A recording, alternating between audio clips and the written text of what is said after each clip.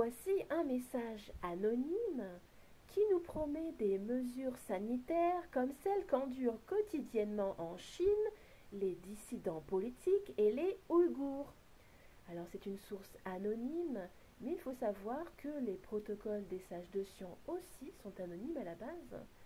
Cela n'enlève rien à leur pertinence et à leur extrême utilité à l'heure actuelle. Alors je cite l'auteur qui est un politique canadien. Cher condamné, il faut savoir que Covid ressemble à l'anglais convict, condamné à une peine de prison selon la définition. Cher condamné, je veux vous fournir des informations très importantes. Je suis membre d'un comité du Parti libéral canadien. Je siège dans plusieurs groupes de comités, mais les informations que je fournis proviennent du comité de planification stratégique concernant les mesures sanitaires et autres. Je dois commencer par dire que je ne suis pas content de faire ceci, mais je dois le faire. En tant que Canadien, et plus important, en tant que parent qui veut le meilleur avenir, non seulement pour ses enfants, mais aussi pour tous les autres. L'autre raison pour laquelle je le fais est parce qu'environ 30% des membres du comité canadien ne sont pas satisfaits de l'orientation que prendra le Canada concernant le Covid, mais nos opinions ont été ignorées et ils prévoient d'avancer vers leurs objectifs coûte que coûte. Ils ont aussi clairement indiqué que rien n'arrêtera les résultats escomptés, en tout cas d'après eux.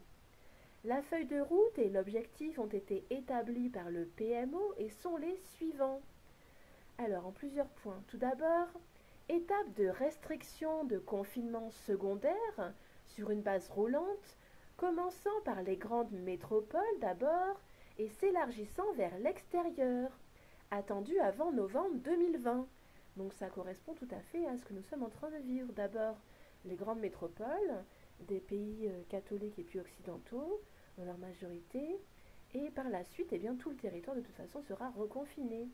Ensuite, précipiter l'acquisition ou la construction d'innombrables installations d'isolement sanitaire dans chaque province et territoire, attendu d'ici décembre 2020.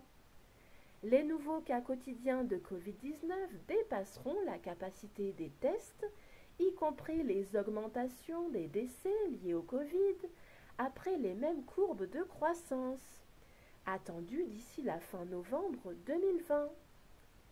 Ensuite, confinement secondaire complet et total, beaucoup plus strict que les restrictions de la première et deuxième phase de roulement, attendu d'ici la fin décembre 2020, début janvier 2021.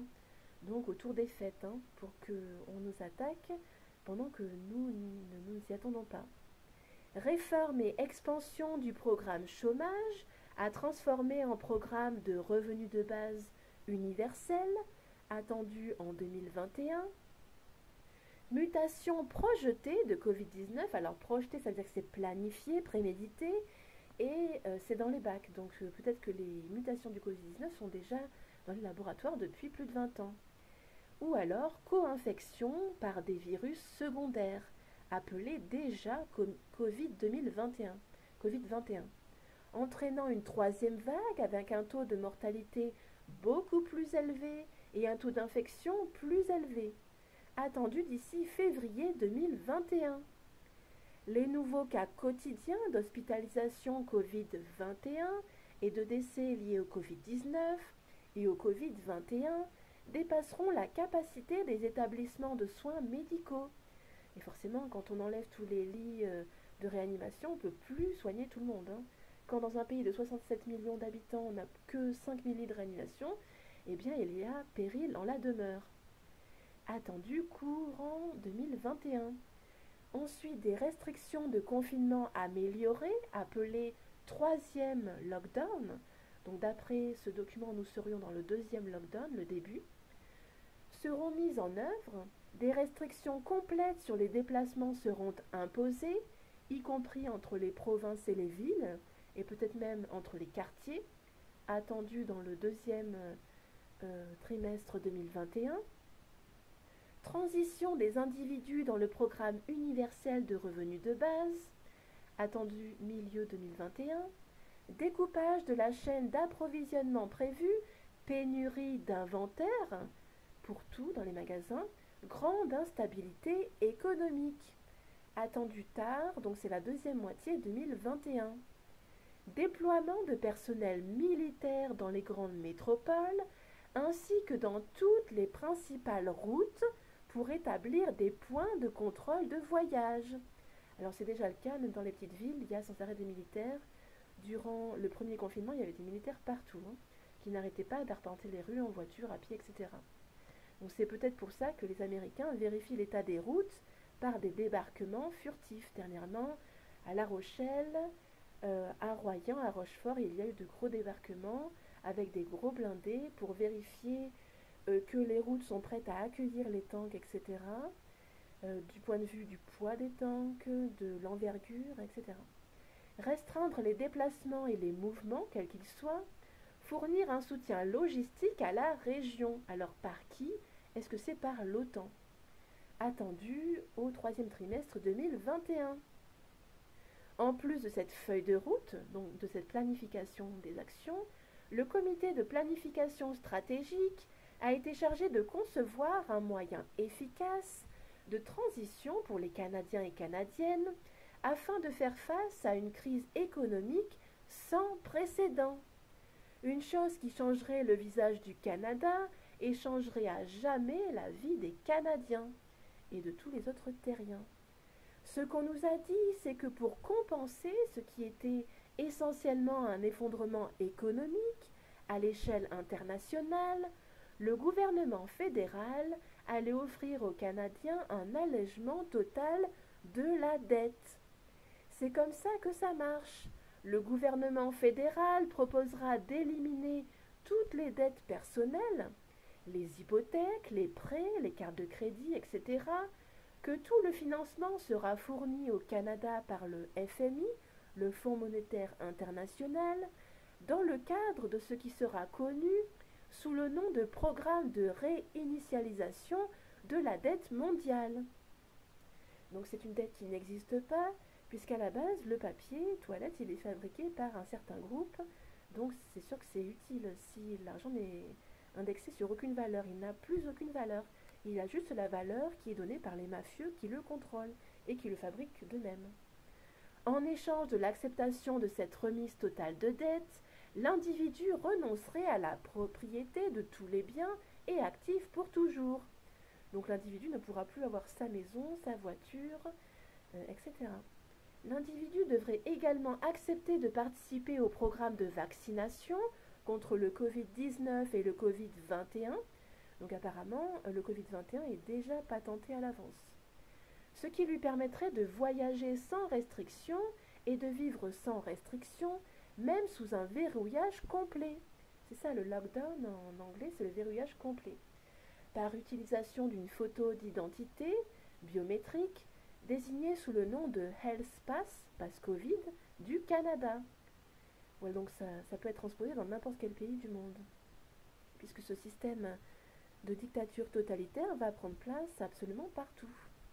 Les membres du comité ont demandé qui deviendrait propriétaire des biens et actifs confisqués dans ce scénario et ce qui arriverait aux prêteurs ou aux institutions financières. On nous a simplement dit, je cite, le programme de rétablissement de la dette mondiale traitera tous les détails. Donc c'est le centre névralgique de commandement, donc c'est le bureau central qui décidera de tout et de rien sur la Terre. Plusieurs membres du comité et donc l'auteur de la lettre ont également demandé ce qui arriverait aux personnes s'ils refusaient de participer tout simplement au programme de réinitialisation de la dette mondiale ou au programme Health Pass de vaccination ou au programme de vaccination globale. Et la réponse que nous avons reçue était très troublante. Essentiellement, on nous a dit qu'il était de notre devoir, en tant qu'administrateur, de nous assurer que nous avons élaboré un plan pour que ceci n'arrive jamais. Donc personne n'aura le droit de refuser quoi que ce soit. que ce soit le programme de vaccination, le pass Covid ou la réinitialisation de la diète mondiale, avec donc des revenus qui passent par la puce RFID. Lorsque plusieurs membres du comité ont poussé sans relâche à obtenir une réponse, on nous a dit que ceux qui refusaient vivraient d'abord sous les restrictions de confinement indéfiniment, à vie ça veut dire, et qu'au cours d'une courte période, alors que plus et plus de Canadiens se sont mis en place dans le programme de remise des dettes, ceux qui ont refusé de participer seront considérés comme un risque pour la sécurité publique, la sécurité de la société, et seront transférés dans des installations d'isolement indéfiniment. Donc c'est un petit peu de l'internement de force. Une fois dans ces installations, on leur donnerait deux options, soit participer au programme de remise des dettes et être libérés, alors pas justement comme ça, il y aura forcément obligation d'une puce, etc. Ou alors resteront indéfiniment dans l'installation d'isolement sous la classification d'un grave risque pour la santé publique et ils auront tous leurs biens saisis. Donc quand on étudie l'histoire, que ce soit le nazisme, le communisme en URSS, ça s'est passé comme ça du jour au lendemain. Alors comme vous pouvez l'imaginer, après avoir entendu tout ceci, cela s'est transformé en une discussion assez animée et s'est intensifié au-delà de tout ce que j'ai pu voir dans ma vie. En fin de compte, le PMO a laissé entendre que tout l'ordre du jour avancera, donc le nouvel ordre mondial, le New World Order, peu importe qui sera d'accord avec lui ou non. Alors ça, ce sont des menaces. Qu'il ne s'agisse pas seulement du Canada, mais en fait, toutes les nations auront des feuilles de route planifiées, préméditées, et des programmes similaires. Donc ce sera la même feuille de route partout sur Terre. Que nous devons profiter des situations dont nous sommes saisis pour promouvoir le changement, en tant qu'administrateur, à une plus grande échelle, pour, je cite, l'amélioration de tout le monde, l'amélioration du monde entier, les améliorations sanitaires à cause d'une grippe qui a fait peur à tout le monde. Les membres qui étaient opposés et ceux qui ont soulevé des questions clés pouvant résulter d'une telle chose ont été complètement ignorés ou tournés en dérision. C'est exactement ce qui se passe par exemple à la télévision française en ce moment. Nos opinions et nos préoccupations ont été ignorées. On nous a simplement ordonné de faire ceci. Tout ce que je sais, c'est que je n'aime pas ceci et je pense que ça va placer les Canadiens et tous les peuples du monde dans un avenir particulièrement sombre et incertain.